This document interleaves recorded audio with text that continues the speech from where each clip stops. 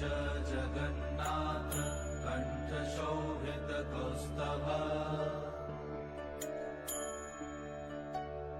पद्मनाभ वेदगर्भ चन्द्रसूर्य विलखना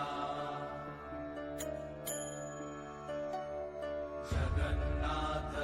এই বছরের মতো রথযাত্রা শেষ হয়ে গেল, উল্টা রথ হয়ে গেল। ঠাকুরের কাছে এটাই প্রার্থনা করি, পরের বছর যখন ঠাকুর আবার রথে বেরোবে তখন যেন সব মানুষ সুস্থভাবে জীবন কাটাতে পারে, স্বাভাবিকভাবে নিজের জীবনটাকে গড়ে তোলে, অনেক বড় মানুষের মতো মানুষ হয়, যারা ছোট আছে তারা বড় হয়, সেটাই প্রার্থনা করে আজকে একটি নতুন ব্লগ শুরু করছি। দেশের পাশাপাশি বিদেশের বহু পর্যটক পুরীর জগন্নাথ মন্দির দর্শন করতে পুরীতে আসেন। বিশ্বাস ভগবান শ্রীকৃষ্ণ জগন্নাথ অবতারে পুরীর এই মন্দিরে অধিষ্ঠান করেন। তার সঙ্গে শ্রীকৃষ্ণের বলভাই বলভদ্র ছোট বোন সুভদ্রা একই আসনে অধিষ্ঠান করেন। পুরীর জগন্নাথ মন্দিরে কোনো কিছু প্রার্থনা করলে সেটা পূরণ হবে বলে ভক্তদের বিশ্বাস। 800 বছরের পুরনো এই জগন্নাথ মন্দিরে আজও অনেক কিছু ঘটে যেটা বৈজ্ঞানিক কোনো ভিত্তি পাওয়া যায় না। জগন্নাথ মন্দিরে আজও কিছু অলৌকিক রহস্যময় ঘটনা ঘটে চলেছে। সেগুলোর মধ্যে কিছু কিছু আমি নিজের চোখে দেখেছি, যেগুলো মানে সত্যি অন্য ধরনের। সেটা হচ্ছে যে পুরীর জগন্নাথ মন্দির তো জানি অনেক উঁচু, সেটা হচ্ছে 45 তলা বাড়ির সমান উঁচু, যেটা আমরা সবাই জানি মোটামুটি যারা ওখানে গেছি। তো তার চূড়ায় আছে পতাকা। আশ্চর্যজনকভাবে হাওয়া যেদিকে চলে তার উল্টো দিকে সবসময় পতাকাটা উড়তে থাকে। প্রতি বছর মন্দিরের পুরোহিতরা চূড়ায় উঠে পতাকাটি বদলান, কিন্তু হাওয়ার সঙ্গে পতাকার ওড়ার দিক কিন্তু বদল হয় না। এটা একটু মানে হাওয়া যেই দিকে ঠিক তার উল্টো দিকে পতাকা উঠছে, এটা একটু অন্য ধরনের, এটা একটু রহস্যময়।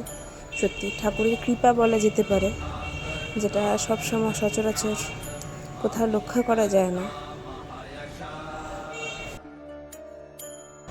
জগন্নাথ মন্দিরের প্রায় 8 লক্ষ বর্গফুট এলাকা জুড়ে বিস্তৃত এবং 414 ফুট উঁচু। অথচ এই মন্দিরের চূড়ার কোনো ছায়া দেখা না। সূর্য যেদিকেই থাকুক না কেন ছায়া কিন্তু মন্দিরে পড়ে না। এখানে কোনো বৈজ্ঞানিক কোনো ভিত্তি পাওয়া যায়নি যে কেন ছায়া, সাধারণত সূর্য যেখানেই থাকুক না কেন যে কোনো জিনিসের কিন্তু ছায়া পড়ে, মানুষেরও পর্যন্ত। কিন্তু এই মন্দিরে কিন্তু ছায়া, সূর্য যেদিকেও অবস্থান করুক না কেন কোথাও ছায়া পড়ে না। এটা একটু বৈজ্ঞানিক কোনো ভিত্তি পাওয়া যায় না এখানে। মন্দিরের উপরে পাখি উঠতে দেখা যায় না। যে উঁচু বাড়ি হোক বা মন্দিরে তার উপর দিয়ে পাখি উড়ার ঘটনা সাধারণ ব্যাপার, কিন্তু পুরীর জগন্নাথ মন্দিরের উপর দিয়ে কিন্তু কোনো পাখি উড়ে যায় না, এমনকি কোনো প্লেনও উড়তে দেখা যায় না। জগন্নাথ মন্দিরের চূড়ায় একটি চক্র লাগানো রয়েছে। আশ্চর্যজনক বিষয় হলো যে কেউ যে কোনো প্রান্ত থেকে ওই চক্রের দিকে তাকান, মনে হবে চক্রটি তার দিকে ঘোরানো। আরও আশ্চর্যজনক বিষয় হচ্ছে চক্রটির ওজন প্রায় 1 টন। 12 শতকে মন্দিরটি তৈরির সময় এই চক্রটি বসানো হয়েছিল, কিন্তু সেই সময়ের প্রযুক্তি বিশেষ উন্নত ছিল না, ফলে কিভাবে চূড়ায় অত ভারী চক্রটি বসানো হলো সেটা নিয়ে কিন্তু অনেক সংশয় আছে। প্রতি 8, 12, 19 বছর অন্তর পুরীর মন্দিরে বিগ্রহ বদল হয়, অর্থাৎ পবিত্র নিম কাঠ দিয়ে জগন্নাথদেব, বলভদ্র, সুভদ্রার নবকলেবর করা হয়, আর পুরনো মূর্তিটি কৈলি বৈকুণ্ঠের কাছে পুঁতে দেওয়া হয়। আশ্চর্যজনক বিষয় হলো জগন্নাথ দেবের নবকলেবরের জন্য যে গাছটি নির্বাচিত হয় সেটি মন্দির কর্তৃপক্ষ নির্ধারিত এক কুঠারে গোপনে 21 দিন ধরে কাটেন, কেউ জানতেও পারেন না। নবকলেবর পর মূর্তি বদল করা হয় বিশেষ নিয়ম মেনে। জগন্নাথ মন্দিরের প্রবীণ পুরোহিত চোখ বেঁধে হাতে দস্তানা পরিয়ে মূর্তি বদল করা হয়। সেই সময় গোটা শহরে বিদ্যুৎ সংযোগ বিচ্ছিন্ন করে দেওয়া হয় এবং মন্দিরের বাইরে কেন্দ্রীয় বাহিনী মোতায়েন করা হয়। কথিত আছে যে মূর্তি বদল করা কেউ দেখে ফেললে তার বড় ক্ষতি হতে পারে, তাই চোখ নষ্ট হয়ে যেতে পারে। পুরীর জগন্নাথ মন্দিরের রান্নাঘর বিশ্বের বৃহত্তম রান্নাঘর বলে মনে করা হয়। এই রান্নাঘরে জগন্নাথ দেবের জন্য মহাপ্রসাদ তৈরির প্রক্রিয়াও অবাক করার মতো। মাটির তৈরি উনুনে কাঠের আঁচ দিয়ে একটি পাত্রের উপর আরেকটি পাত্র করে পরপর 7টি পাত্র বসিয়ে রান্না করা হয়। আজও এইভাবে রান্না সম্পন্ন করা হয়। সবচেয়ে আশ্চর্যের ব্যাপার হলো যে প্রথমে উপরের পাত্রে রান্না সেদ্ধ হয়, তারপর একের পর এক নিচের পাত্রগুলো রান্না হয়। উনুনে উপরে যে পাত্রটি বসানো থাকে সেই রান্না সর্বশেষে সম্পন্ন হয়। মন্দিরে যতই ভক্ত আসুক না কেন প্রসাদ কম পড়ে না। প্রতিদিন জগন্নাথ, বলরাম, সুভদ্রার 5 দফায় ভোগ দেওয়া হয়। এছাড়া রোজ 56 ভোগ দেওয়া হয়। এর মধ্যে ভাত, ডাল, সবজি থেকে মিষ্টি, বাদাম সহ বিভিন্ন ধরনের খাবার থাকে। মন্দির চত্বরে পানাদা বাজার থেকে এই ভোগ কিনতে পারেন ভক্তরা।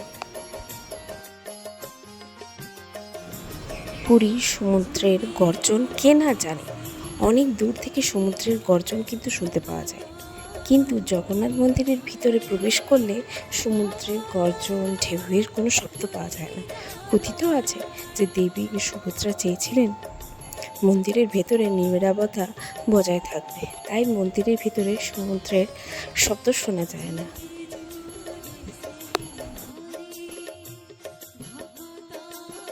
সাধারণত আমরা কি জানি যে উপকূলবর্তী অঞ্চলে সমুদ্রের ধারে যে সমস্ত এলাকা আছে তাদের সেই সমস্ত এলাকায় হাওয়ার গতিবেগটা বেশি থাকে দিনের বেলা।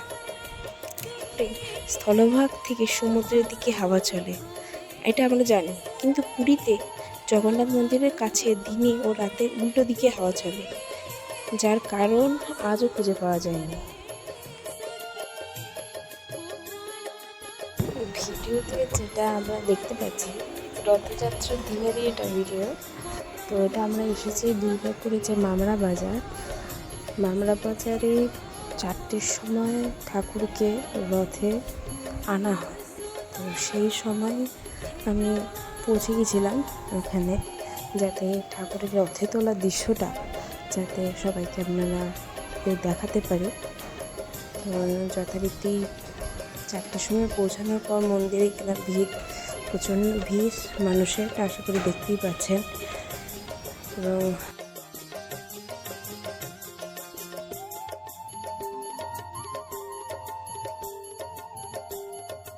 এটি দেখতে দেখতে আমার একটা প্রশ্ন আছে, দেখি আপনারা যারা ভিডিও দেখছেন তারা উত্তর দিতে পারেন কিনা।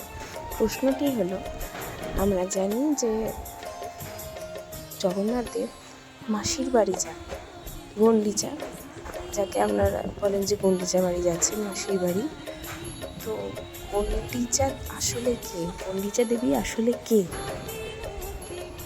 আমি আগের ভিডিওতে রথযাত্রা আরেকটি ভিডিও ছিল ইসকনে, সেখানে আমি পুরো ডিটেলসে কিন্তু বলেছিলাম। দেখি কার কে মনোযোগ দিয়ে সেই ভিডিওটা শুনেছেন, যে বলুন তো গন্ডিচা দেবী আসলে কে, তার আসল পরিচয় কি? জগন্নাথের যে মাসির বাড়ি যান সেই গন্ডিচা দেবীর আসল পরিচয় কি, কে বলতে পারেন দেখি?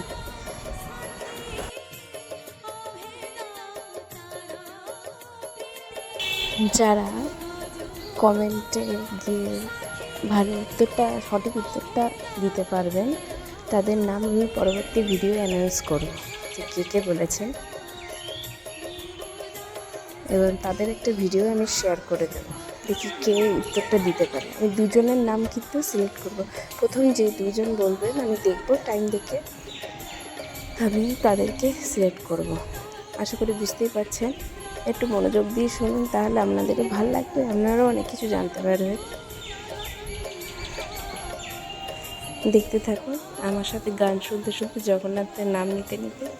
আপনারাও একটু উপভোগ করুন। জগন্নাথ দেবকে নিয়ে যাওয়া হচ্ছে, এখন রথে বসানো হচ্ছে।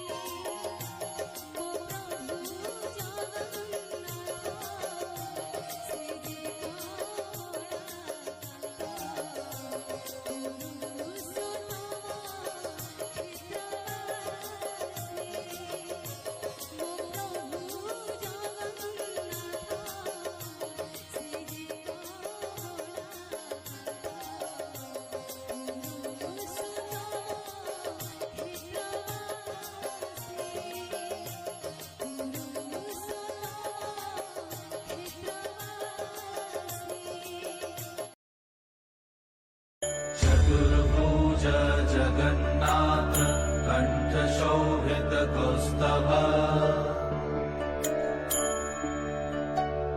पद्मनाभ वेदगर्भ चन्द्रशूय विलकना जगन्नाथ लोकनाथ नीलाद्रीश परहरि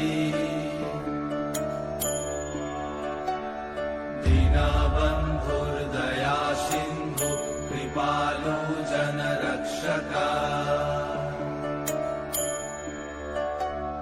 कम्बुपाणि चक्रपाणि पद्मनाभ नरत्तम् जगत्तं पालको व्यापी सर्वव्यापी सुरेश्वर लोकोराज देवराजा शक्रभूपश्च भूपति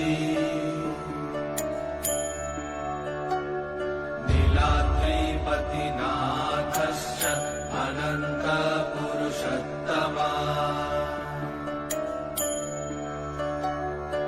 कर्कषधिय कल्पतरु विमलप्रीतिवर्धना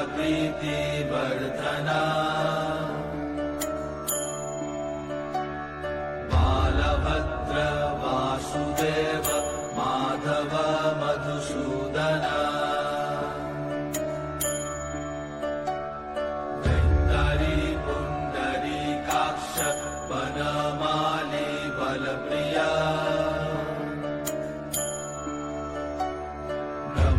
विष्णु वृषनिभांश मुरारिकृष्ण केशव श्रीराम सच्चिदानन्द गोविन्द परमेश्वर विष्णुर्जिष्णु महाविष्णु प्रभाविष्णु महेश्वर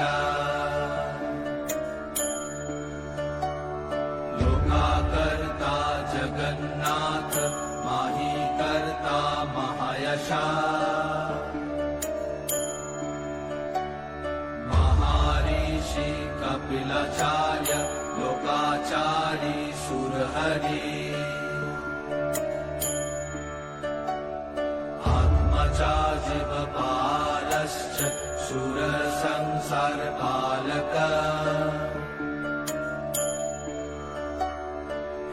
अनेक मम प्रिय ब्रह्मवादि महेश्वर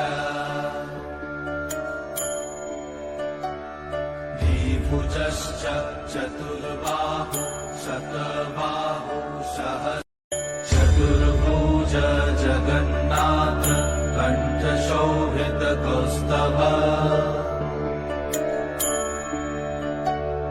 पद्मनाभ वेदगर्भ चन्द्रशूय विलकना जगन्नाथ लोकनाथ नीलाद्रीश परहरि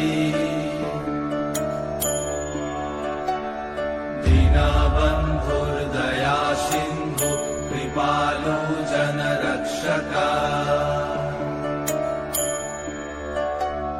कम्बुपाणि चक्रपाणि पद्मनाभ नरत्तम् जगत्तं पालको व्यापी सर्वव्यापी सुरेश्वर लोकोराज देवराजा शक्रभूपश्च भूपति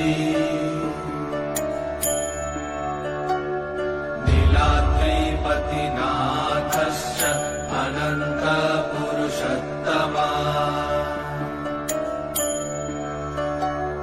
कर्कषधिय कल्पतरु विमलप्रीतिवर्धना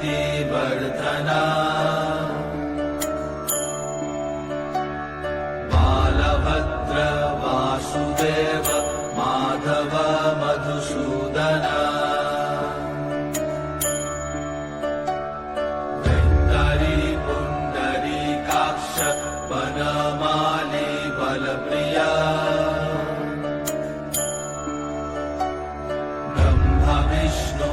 वृषनिभांश मुरारिकृष्ण केशव श्रीराम सच्चिदानन्द गोविन्द परमेश्वर विष्णुर्जिष्णु महाविष्णु प्रभा विष्णु महेश्वर लोकाकर्ता जगन्नाथ माही कर्ता महायशा महर्षि कपिलाचार्य लोकाचारी सुरहरि आत्मजा जीवपालश्च सुरसंसारपालक